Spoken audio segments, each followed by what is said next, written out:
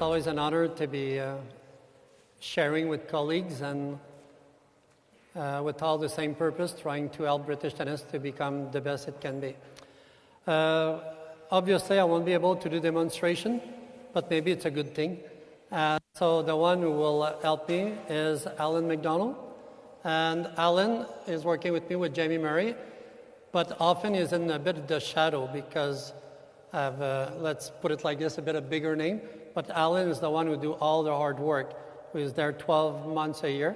And Jamie Murray became just a bit before Andy the first British player as number 1. So I think Alan deserves a good clap, please.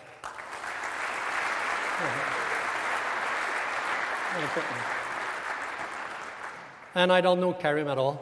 He says Southampton, but he volunteered because a lot of people are afraid to volunteer with me.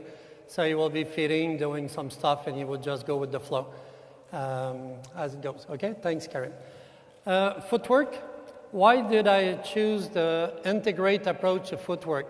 I think it's the approach that matches the most a player-centered approach, which is the main theme of the conference. And if we have a player-centered approach, our focus should be always on the player. And I will give right away an example with Alan here. Alan, come. First of all, I would like that you participate. I know, like, to learn, if you're, like, sleeping a little bit, it doesn't work. So be by 2, choose number 1 and number 2. And number 1 will say to number 2 a few things. Sometimes 2 will say to number 1. But I will start when you all have a number 1 and number 2. You can present your names if you don't know each other.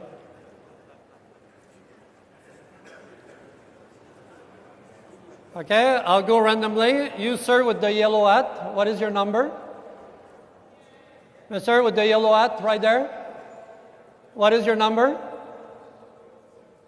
You, the yellow hat, what is your number? You had your number, choose already? So, excellent. Who's your number 2? Okay, I have very good observation skills, so I know you was not participating at all.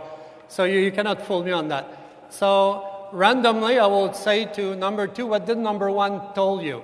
So I would really like active participation. Best way to learn anyway.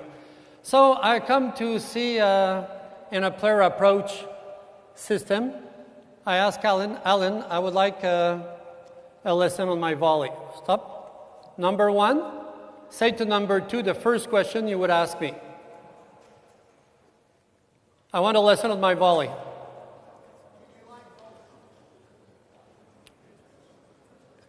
It's not 10 questions, it's like the first question you would ask. So it should be over. Okay, number 2, raise your hand, number 2.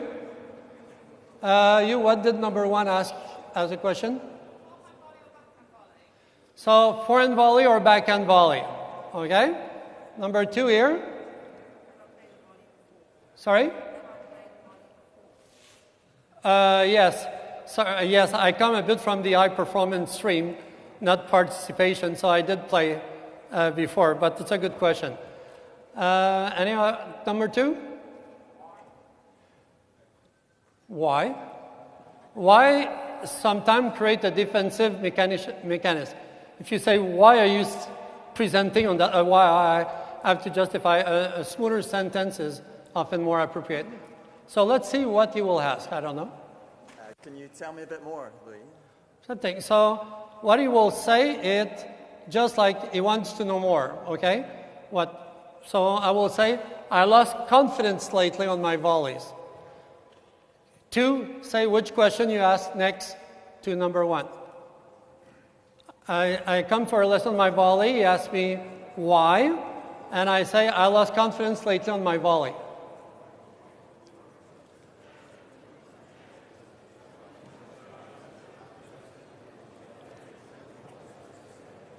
Good buzzing, eh, Marlon? Good buzzing. First thing. The yellow hat is not speaking, but I'm sure he was involved. I'm checking you. Okay, stop. Who is the 1 here? What did 2 said? Sorry?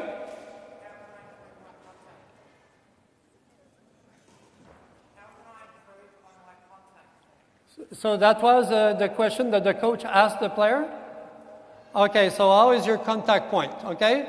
What did coach say to you as a question? What was the question? I said I lost confidence late on my volley. So what was the next question the coach will ask me? What type of volley? Another question the coach will ask me. Huh? Maybe problem. I don't like that also, because sometimes there's no problem. There's just a challenge, and I prefer the word challenge than problem. Problem is like even if you come and say, what's your problem? Instead of what's up or... so anyway, so what would be your question? Can you explain exactly what you mean, Louis? Okay, what do I mean by I lost confidence on my volley? Do you know? That's it. It depends. You don't know. So you have to, if you're a player-centered approach and not a game-based approach or a technical approach. So a technical approach will be, okay, show me your volley. Then I'll start to volley, and we'll say bend your knees, contact point in front. They will ask forehand or backhand volley. They are interested to see your technique. Game-based approach will say, in which game situation do you want to work on your volley? So this is already a better approach. It's which game situation? Do you play singles or doubles? That's a better question, but it's still not the player-centered approach. Because what are the 4 performance factors in a player-centered approach? Physical. So let's see the 4 potential response I say. Alan, I just don't feel I can generate any pace on my backhand volley. Technical. Alan, I don't know when to do a drop shot or volley deep. I don't know when to volley wrong foot or open court. That is tactical. Alan, when I play doubles and they hit hard at me, I'm afraid. I'm afraid to get hit. What will that be? Fear, mental. So you will have to give me a lesson, which at the end, so you see, Louis, if you wait already like this instead of like that, like in the book, your body will be protected. And at the end, are you more confident that you can deal with the fastball? Or I could say, I don't know why I don't have the reaction or the explosion to deal with passing shot. I always get past. I kind of see the ball, but I'm not getting going. I just either don't read quick enough, or so it could be more physical. You understand that? So in a player-centered approach, for me, is an upgrade of the game-based approach. Why is it an upgrade? Because as coaches, we would not be afraid to coach emotional, mental, physical, tactical, or technical. Because we are British coaches, and British coaches coach people tennis, and they don't coach tennis to people.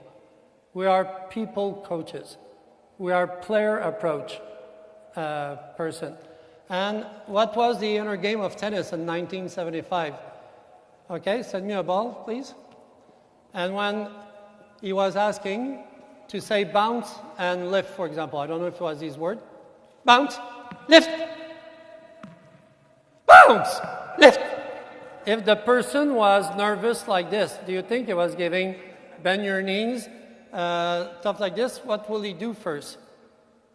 Relax the person until the person can say bounce, lift, right? So even the inner game of tennis, 40 years ago, knew that the person is more important than the technique, and you have to deal first, you know these words, the performer first, the tennis player second.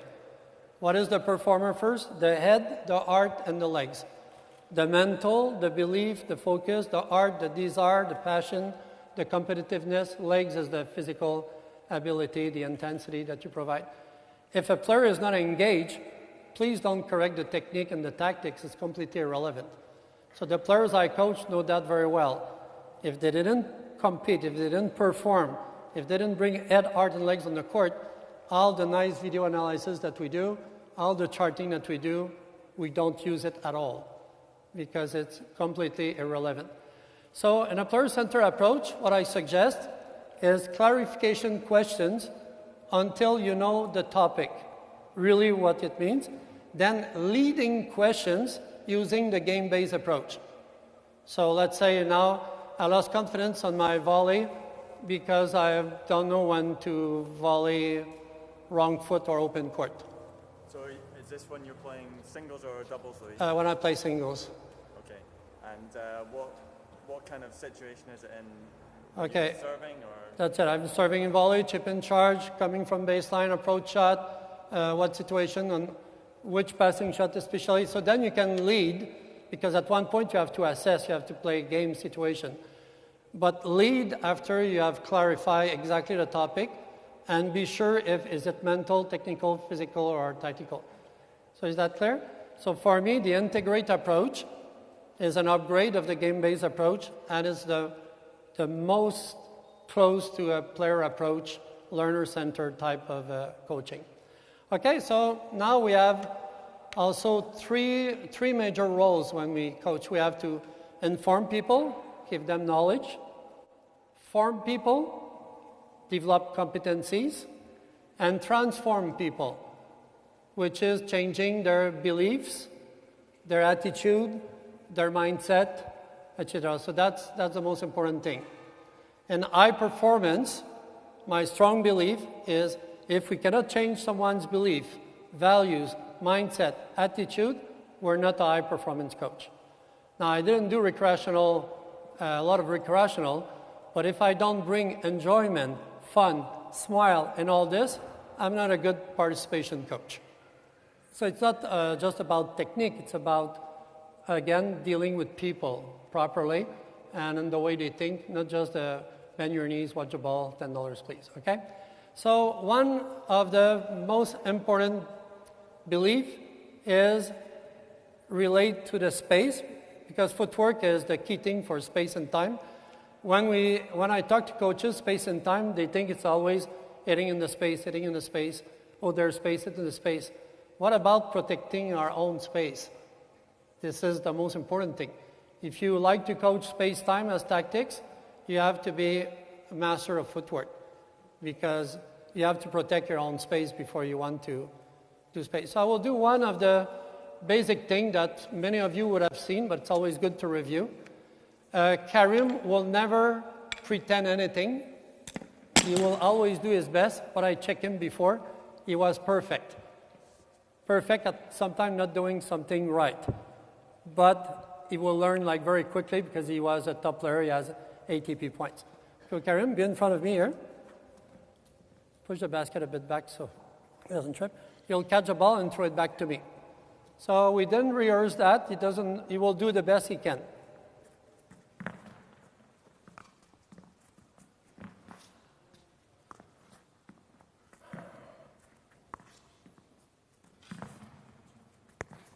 Okay? So coach 1, say to coach 2, why I give about 3 on 10 on this. So that will be judged completely unacceptable to any British players, 10 and under, 12, anybody. Please, I will try sometime to relate to recreational tennis, but I hope you understand for 30 years my life is on the tour 9 months a year. So, but for any junior that aspires to be a bit good or any player, that's unacceptable. So 1, say to 2, why? Alan? Alan will demonstrate like if I will demonstrate, and then you'll do it. So listen.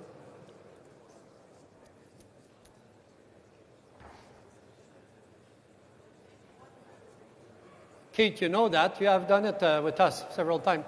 Who's your number 2? I'm very disappointed. Come on, performance team. Be role model. Be 1 and 2 all the time. I want everybody to speak. Okay, so you have a little shot at it. Stop. The key thing, I just want you to reflect a little bit instead of just giving you the answer and say, yeah, of course, I know. So the biggest mindset in tennis is stop before you hit the ball. So try to beat the bounce of the ball, because if you don't beat the bounce of the ball, if you're always chasing the ball, you have no chance to win. If you cannot beat the ball you receive, you cannot beat the opponent because they will dominate you. Okay? So, and you have to be stopped before the opponent hits to be ready to move again. So I call that the stop. So go, stop before the ball bounce, and stop in front of me before. So here you can throw it fast and Further you go, medium, and very, very far. Quick, quick, quick. And then that's it. So what do people do when they hit in the middle? Can they hit the ball hard?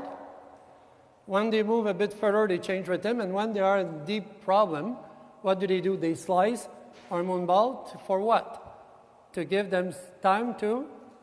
Well, so it's a mindset. Beat the bounce, stop, stop. Do you understand? Now you know why it was unacceptable, right? Okay, beat the bounce. Wow. You can throw the ball fast from there.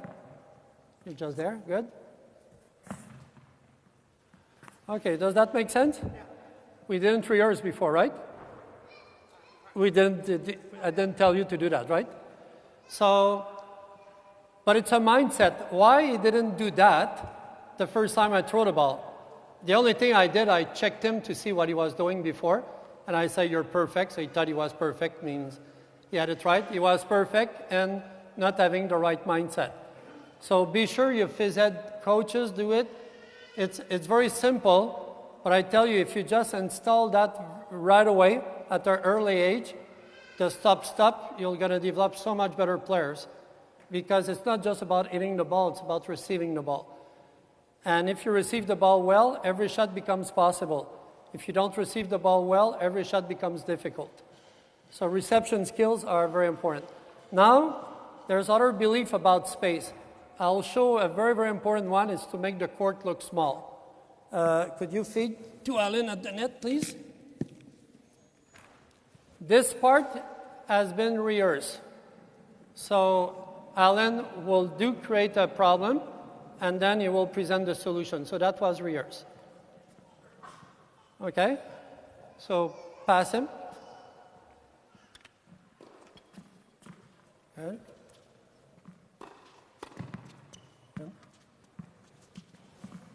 Mix it up, please, because he will anticipate you if you... Okay?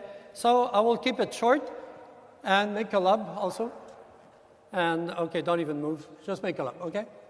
So some people feel that the court... start to bring the thing. They feel they have to move up to the line here, up to the line there, and up to the baseline there.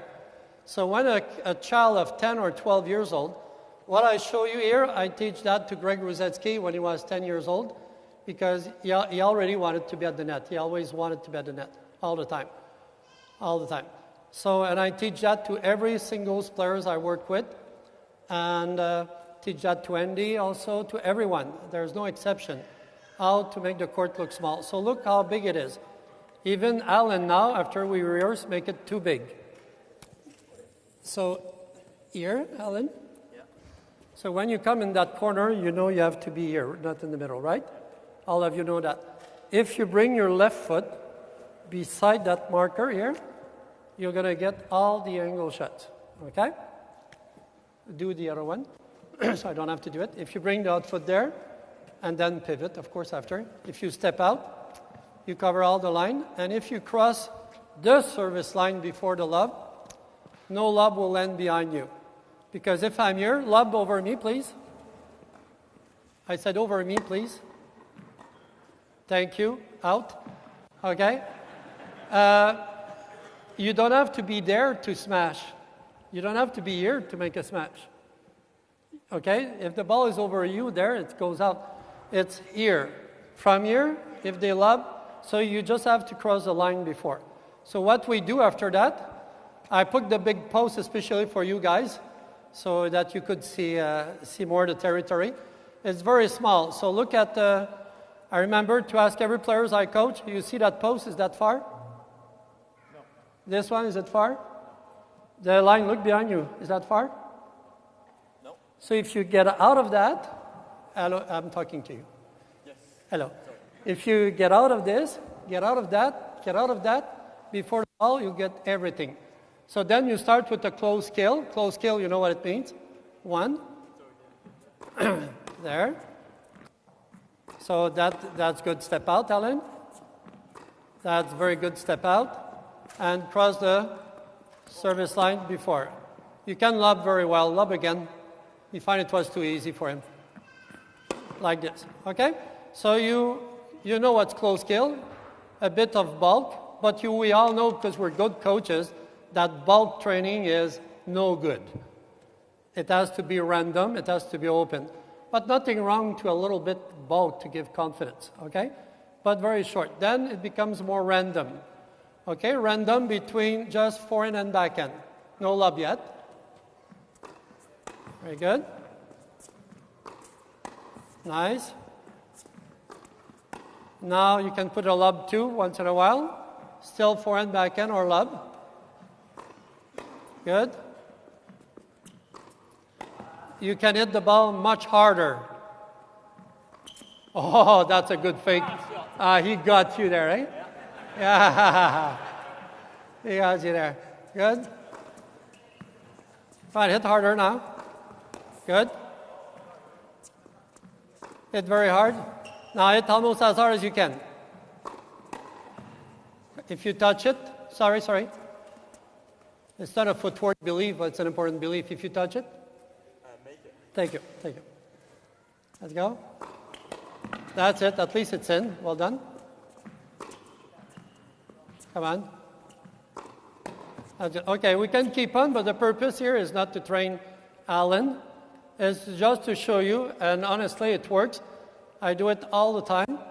It's to give them a belief that the court is small. Do you think it's an important belief? Or the court is big? And doubles, I have a lot of experience in doubles now. It's over 30 years I coach top teams. I make the court look very small. So when we're both at the net, be at the net with me, if the ball is there, Jamie Murray has to cover just that, and Bruno Suarez cover from here, and because of the angle to that post. All that part of the court is inexistent. So I make two people cover 2/3 of the court. So how confident you think they are when they're both at the net? Very, very confident. And for every player, for Jamie, a ball in the middle is a cross court. So how does he move on that one? Forward. Alan, for him, an angle is a cross court. So then he moves forward on a cross court. So who's responsible for the ball in the middle? I just said pretty much. The down the line player. Because the ball in the middle is like a cross court. And who will move forward? It will be this guy. He will take all the balls in the middle. On the other side, it will be Alan. So we have a system. Court is small, and who takes that ball or not, and for which reason. So more you make the court small, better it is. So that was at the net. Now, can you remove it? Bring the basket forward and bring another one on the other side, please, Cayer-An. We'll see how to make the court small at the baseline. If you want to go there, please. No, it will be, we'll start with the gate. Cayer-An, go first. Again, the only, no, not now. But be sure that he doesn't trip on it. The only one I simulate errors and solution was with Alan. Cayer-An, I just look at him to see how he was doing without giving a solution or feedback. Ready?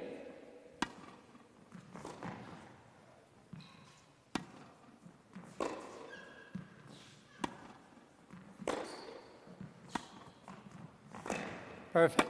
And Cayer-An is perfect and is in perfection. Because that guy, you can look at him. I don't know him, first time I met. But I can feel I can run him down and make him run all afternoon, and he will die before he quits. He looks like he has a big heart, but unfortunately, he puts a lot of physical effort, but not a good tennis footwork effort. So what should be the tennis footwork effort? Can you put the two markers, the two gates? Cayer-An, I will talk to you because Alan knows that. It's a feeling of changing zones, yeah. So for example, that's too far. That's better, yeah. So go in this corner. Alan, be in that corner. Andy Murray is on the baseline here, and he hits the ball to you. And he hits the ball to you. And he do sometimes drill 1 against 2 juniors, and does he have a good practice? Yes, because the juniors are always in the corner. Why he doesn't play alone with them? Because they cannot get in the corner when he hits there and recover on time. But if they could, then they could play with him. So Alan, show what it is to, remember, beat the bounce. And it's a feeling of changing zone. So stand where you are there, Karim. Stand there. Alan, you just have to get there. Is that very far? And, of course, if there was another one, just there. So move a little bit. Make the marker just 6 inches more to each side. Yeah, no, this side. The other one, too. So the key thing is, good, don't run. Matter of fact, Karim, you were running so fast, you're the slowest guy I've seen lately. Because if you were really fast, you would be always stopped. But if you're slow, you're chasing balls, okay? So change zone and wait for the ball. Good. Doesn't matter. We're looking at your footwork. Change zone. And recover a bit quicker, please. Change zone. Change zone. I'll feed the ball. Stop whining and talking. They didn't even notice you hit poorly, but because you talk like this, they say, oh, you have such a bad backhand. Shh. They will think you just hit nicely to not hit me. Shh. Change on quick. Very good. Change on quick. Very good. So I'm sure you have heard, show me a person with an explosive first step, and you show me a quick player. It's more about being explosive and change zone and get behind the ball than chasing the ball. Karim, we didn't practice that, but I hope you do it fine. You understand what we're doing, right? You think so? Okay, then we change drill. You know so, or okay? So change zone. That's much better. Do you remember that he was chasing? If you don't, tough luck, because we don't have a video to backtrack. But you did move differently, right? And recover quicker. Anyway, you know, if they don't know, that you do something better, right? Something different. Did you observe? So again, I change his mindset. The court is small. Don't chase ball. You can just be there. Now I'll show you a drill that I've done with Greg, Jonah Conta, and a lot of singles players. Could you make quickly the circle, please? And remove the... Just quickly, please. Time flies so much in good company. The other belief for the court small will make a big circle. And I had Joanna believe that with one step, one crossover or one running step, she can cover all that space so that the girl better hits the ball very hard, very far, because she can get set up quickly. And one of her identity was the girl cannot put a ball past me. Of course they can, but it's the belief that you cannot put a ball past me. And Andy and Djokovic and Federer, do you think they have a bit that belief? Try to pull, of course they will hit on the run, but the thing is they have that belief that you won't put a ball past me. And that, so very good. We'll just do the forehand, Alan, because time is going fast, and we'll do close skills. So with one crossover, he has to be in front of these yellow marker. Sorry, that's not a crossover, that was something else. Let's do it again. Just get sideways right away, please. Doesn't matter. You could be able. Okay, so just get sideways right away, Alan. Like this, just to show with the crossover, you can jump over the line. Crossover, that's it. See, you cover a lot of court. What I find in Great Britain compared to Spain, a lot of players do what Alan is doing. They move inside the court like this. And in Spain, it will be the double rhythm or the crossover. So they get sideways right away, either back or either forward, and they move sideways to the ball. Our kids move like this. And what happened to the inside out when you move like this? It's not great. What happened to the inside out when you move like this? Quite great. And a lot of our national coach, a British player, don't have a great forehand inside out. Two reasons for that. All our drills is 2 cross court, 1 line. Not 2 cross court, then hit in the middle and inside out. Right away, just changing the drill, 2 cross-court, 1 line to 2 cross-court, 1 inside out will be great. And they move 2 open into the court. So do 1 more. Get sideways. That's very nice. Now get behind these markers if there was an emergency with only 1. Very good. And bring your left foot in that corner with 1 running step. Like this. So to make it quick, it is like Joanna has 2 hands, which is the same technique. Bring your right foot there. Again, there. Only 1. That's a close stance. Bring your left foot there. Yeah. Bring your left foot there. And then 1 running. So 1 there, 1 there. 1 and 1. 1, 1. 1, 1. See, that's a typical Brit. How did he move forward? Unless you don't consider Scottish like part of it. If they do, they do that. And this is a very bad many, many years ago, there was talent ID. And I saw a child going like this. And I said, finally, where do you train? Oh, I'm on vacation. I train in Spain. But it's a bit sad. They really work on the double rhythm. And when I did a conference in Spain once, I went to their clinic, and I learned the double rhythm and all this with children 7 years old.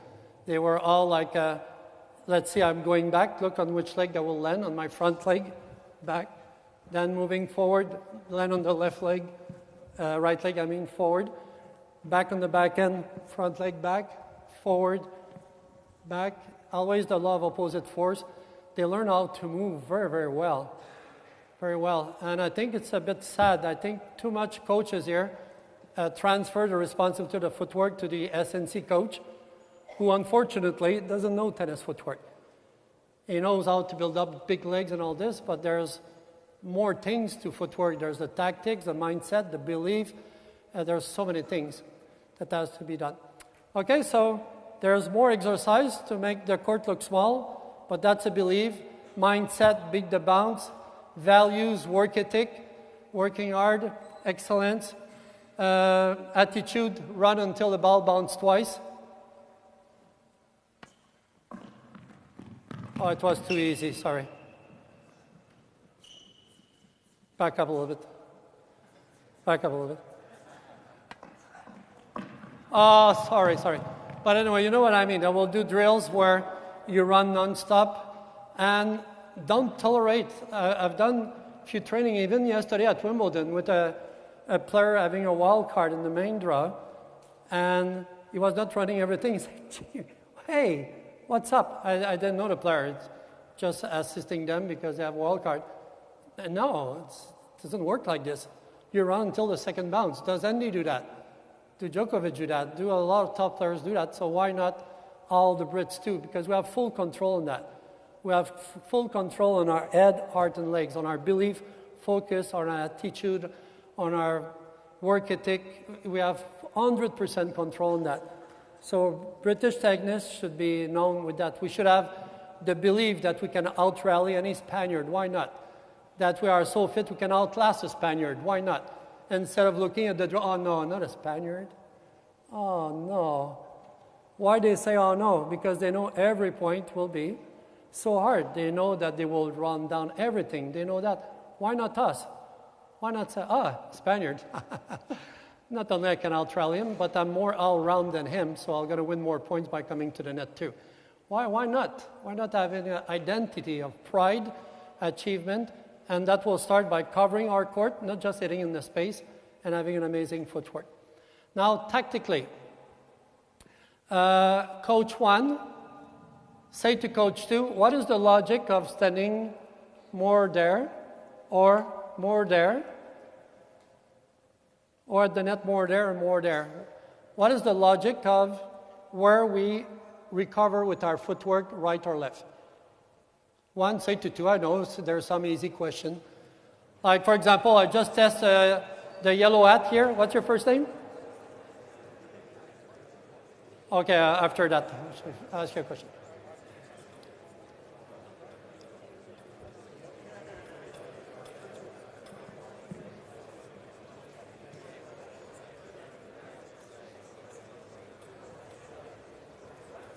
Participation team, everyone, participate.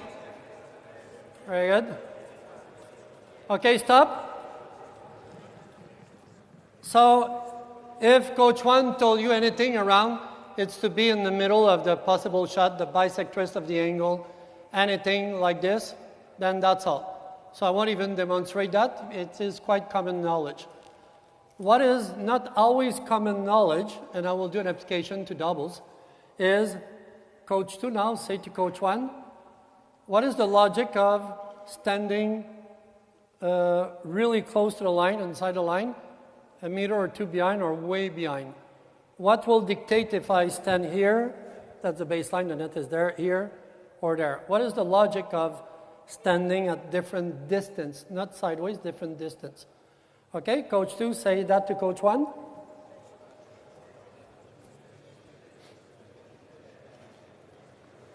We'll do the one where I feed. You're going to hit on him.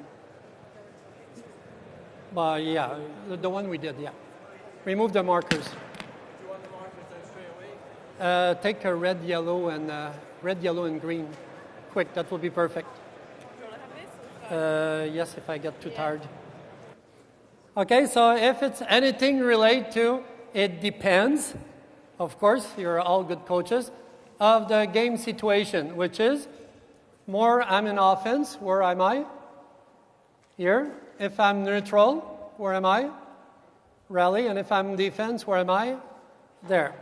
So I'm going to give you a drill that could be good in doubles for your club doubles player, because many of them serve and stay back and should stay back. But I want to give you just roughly stats. I didn't really took the time to name them, but about 90% of the women on the top 100 stay back on the serve. About 30% of the men stay back on their serve. Okay? So don't force your member to serve and volley because all the pros do that. All the pros don't do that. Okay? There's a lot, and watch at Wimbledon, a lot of servers staying back. The first round, if you come to see Jamie Murray, he will play two guys who serve and stay back.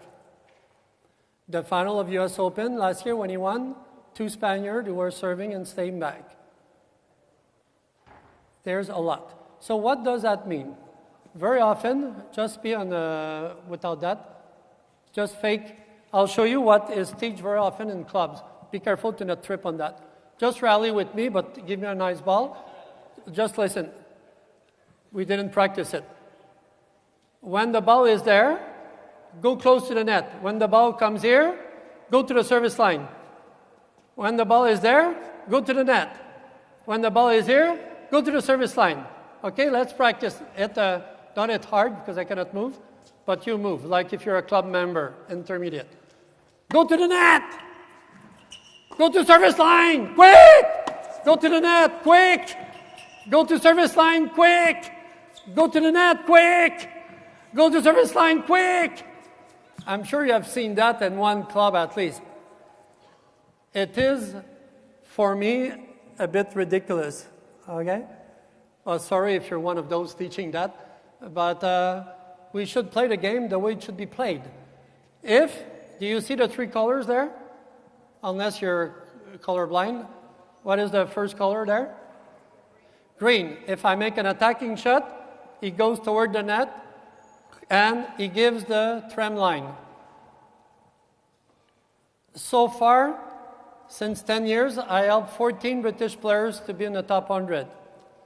None of them have been beat 3 times total in the trem line by the opponent. If you have a chance, ask Jamie Murray, Ross Hutchins, anybody, Johnny Murray, how often have you been bit 3 times, not in a row, total, and the trem line when there's an attacking shot and Louis asks you to go more in the middle against a volley or against a ground stroke? They'll tell you 0. So that's over 10 players over 10 years playing full year program. And I coach Daniel Nasser, who is, thank you, who is for 27 years playing in that system. I started to coach Daniel when he was in 89. It never happened once, and he said, oh, maybe once, but never. Okay, so if I hit the ball hard, you go to Be careful because it would be better if they were flat markers so you don't trip. If I hit hard, go to the green. Sorry. Someone just could feed the ball hard or... Oh, never mind, I'll find a way. That's it. And you can try to beat him down the line if you want. Okay? You can pass him in a trim line if you want. And a lot of the purpose of what we do in doubles, because very few people talk about doubles, so after all, I'm doubles leader, I better put some double stuff here. I heard there was an excellent presentation yesterday with the talent team, so congrats to present on doubles. It's not about us making winners, it's about making them miss. So because he goes there, they will be tempted to go in the tram line. But the shot is too deep, too fast, they miss. They just beat themselves. So either you put the ball away or they miss. Now, he had served and my return could have been neutral. So then he will beat the wall. The wall is where you stand when you're both at the net. So neutral, you stay there, and then he's ready to volley. But not too close because the guy could hit hard down the line or lob him easily. Okay? If I hit the ball very, very easy, then he will retrieve to there to have better defense. Yeah, too close. And now just hit beside him, just a little bit. No, because it will be last shot. No. Just hit beside him. Just hit beside him. No, sorry. I should have said. My fault. Hit beside just to see where the ball will go. It just missed him a little bit to this side. So do you see where the ball is going? So he doesn't have to try, because if I hit the ball like so easy, I have a little responsibility to cover that. It's not even singles. But he should not try to save the show. He should just cover a line and let me deal with everything that will come here. Neutral, more offensive, and very tough, very offensive. And that, I coach also in 2000, the ladies interclub in Montreal. There's 2,200 ladies who play every Friday in the club. And it's a very, very popular league. So I wanted to go back and stop traveling. I got back on the tour the year after, but that year I teach. We work all on these things with the ladies, just to think offense, neutral, defense everywhere. And on that year, it went well. They won. It was the first time every A, B, C, D, every league we won it. Because if he's at that level here, at his level, this is quite tough to hit in the tram line. A top player will do it, but a top player will receive maybe that more of a fastball. It's always the same. And take your right hand, okay, hit the ball in the tram line. Oh, you're better with that line. The point is sometimes a deep ball at the intermediate level, even if it's slow, it's a very difficult ball. They cannot do it. So it adjust what is offensive, neutral, defensive to the level. Now, adjust. Good luck. Which ball you want I send? Which ball you want I send? Yeah, offense, neutral, or defense. Ready? That's it. Is that okay? So you offense, and both of you come here, quick. Time is fine. Remove this, just push it on the side, please. We're playing singles. Be both on the line. Both here. You're both like in a private lesson, kind of, okay? You don't know what I'm doing, but just recover. Be in a neutral position, like when you rally. Okay, recover. Boo. Okay, good. Okay, good. No, just up and back. Just up and back. Just up or back. Just up or back. Okay. Wow. Okay, so sometimes you could have 4 kids there and get the message right. I cannot believe that I go to some clubs and the kids stay always on the baseline. They're glued there. You have to earn the baseline with an attacking shot, which could be the serve, could be a tough return, good rally, but you have to earn it. Don't just show video. Look, the top players are on the baseline, so be there. Be like them, attack, take control of the point, and be there. If you don't attack, take control of the point, then defend. So can Nadal play inside the line? When he attacks, does he play close to the baseline when he attacks? Yes. Andy? Yes. When they're in defense, where are they? And neutral, they don't rally on the baseline, they rally on mid. Just play the game right. Offense, neutral, defense, offense, neutral, defense. Just play it right. Nothing else. Now, there's a few things that goes with space. Go quickly over there. Yeah, be at the net quick. I won't ask you to talk to each other, but what is the difference between a disguise and a fake? What is the difference? What is squeezing? What is cheating? What is anticipation? This is all going with footwork. So here we'll show a disguise on the I formation, return down the line. I said return down the line, so I serve T, return down the line. So here it will be a disguise. Just watch Alan. You see, he touched the white line and he went there. Now cross. Hit cross, yeah. He touched the white line and he crossed. He waited a bit too long. Now hit line. So a disguise means you do always the same thing. Like on a serve, yell loud, madam. Say T or wide. Be careful, I serve. When my ball is in the air, yell T or wide. Yell, I said. Oof, tough. One more time. Yell as soon as the ball leaves my hand. So this guys is same toss, serve anywhere, right? On the I formation, T serve, he always touch the middle of the court, go left or go right. So the person over there doesn't know what's going on. Those who don't do it well don't disguise. They go right away there, and they are avoid and they wonder why. You have to disguise. What is the fake?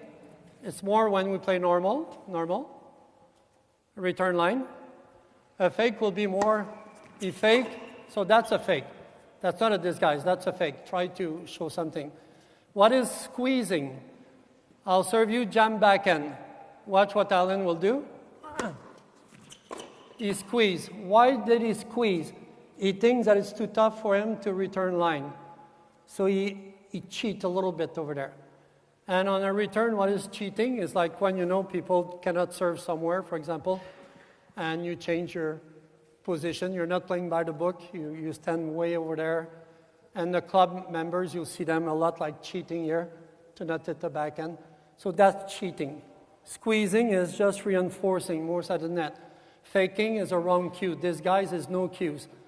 Anticipation is something that I won't have time to discuss here. But this is all related to footwork and the tactics of the footwork. Okay? Physical, I won't talk about it, but I will just like to give you the responsibility to at least always have them having an athletic look. That's unacceptable to have juniors with straight legs. We have full control on that. Come on, athletic look. Please don't say ready position. It makes the kid like almost vomit. Take your ready position. Take your ready position. Come on, look athletic. That's a bit nicer. So refer to athletic look and have some norms like I've done with talent, like just one step there. And even if you are not a fitness coach, by having an athletic look, by making them work hard, by knowing how many steps too far, you'll do a very great job. Now, technically, I will show a video instead. Sorry, Alan, I spoiled all your fun.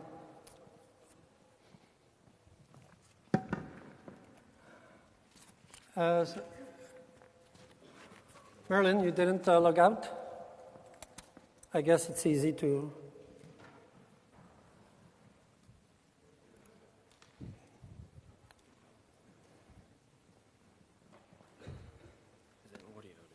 Okay. But you know what? We won't do the technique today. We'll do it another time. In a player approach, it's always important we assess first, not teach first, and set up a task and see how they do the task. So we'll do that instead. We'll do a transition shot. Alan, go there. Cayer-An, feed the ball, play the point out.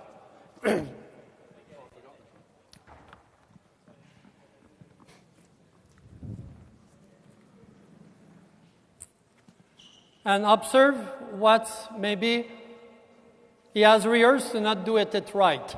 So try to see what is not doing it right.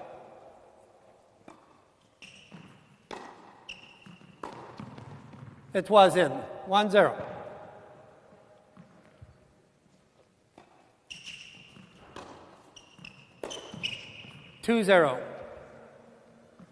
And we play 10 points, last one. That's 9-0 now. And 10-0. He had enough exposure. The guy is playing 3 years. He's number 682. He said, my transition game doesn't work very well.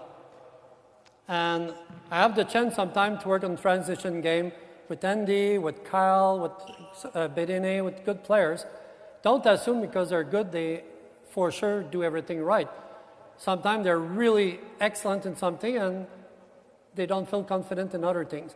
So what is wrong here for him? Anyone? No time for 1 to 2? Anyone? Excellent. So the Viking is saying that Alan, from close to the baseline, wants to come here at the net. Will he have time to do that? No, so during that time, he followed this line. So where should he go if he comes from close to the baseline? He should come to the middle of the court and go there only if it's an approach shot. So when you come from the baseline, it's like serve and volley. It's a forehand and volley. And when you serve and volley, you have pretty much the time to be here to do your split step. With that, he has the time to do that. So now he knows it, but he will make a technical mistake this time. Go. He knows he has to come closer to the middle, quicker. Feet closer to the line, please. Okay, good. So what is the technical mistake here? Sorry? It would be easier if only one speak. I will let the lady speak first. She's closer. I will have more chance to. Perfect. He's losing time because he do the same technique as in the middle. So quick feet in the middle. So in the middle, it's okay to jump on the same leg. Don't play the point anymore. That's good technique. Here, it's poor technique because he's not going forward. He has to go there. So he has to land on the back leg for law of opposite force to go there. So show it, please. Feed the ball there. Yeah. So you can do a left-left, or if the ball was coming cross-court. Can I do this? Huh? Can I do this? Yeah, yes, you can. Don't tell me I'll have to show it. Got it this time.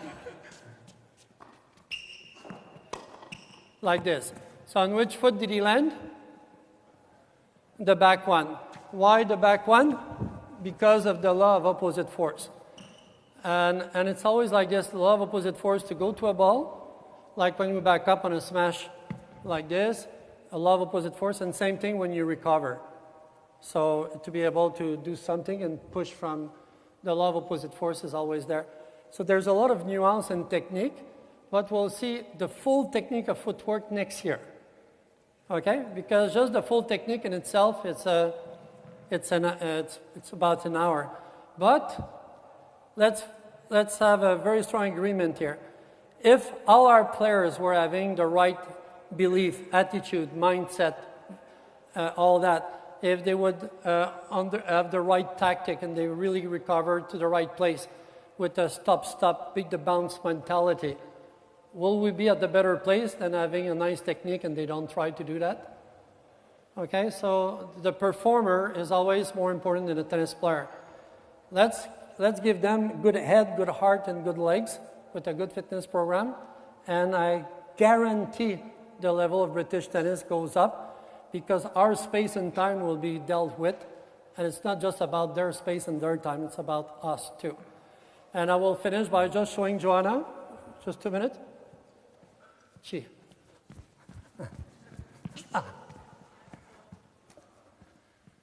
Just show Joanna when she was 19. I worked with Joanna 4 to 5 years. So let's see that.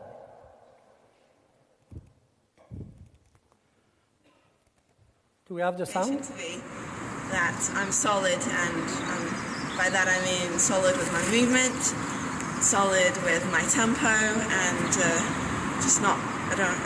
just don't want to be patchy. I want to be solid. Okay. Very bubbly. So a lot of the training was. Funny speed and strong. Pick the bounce. That's it. Pick the bounce.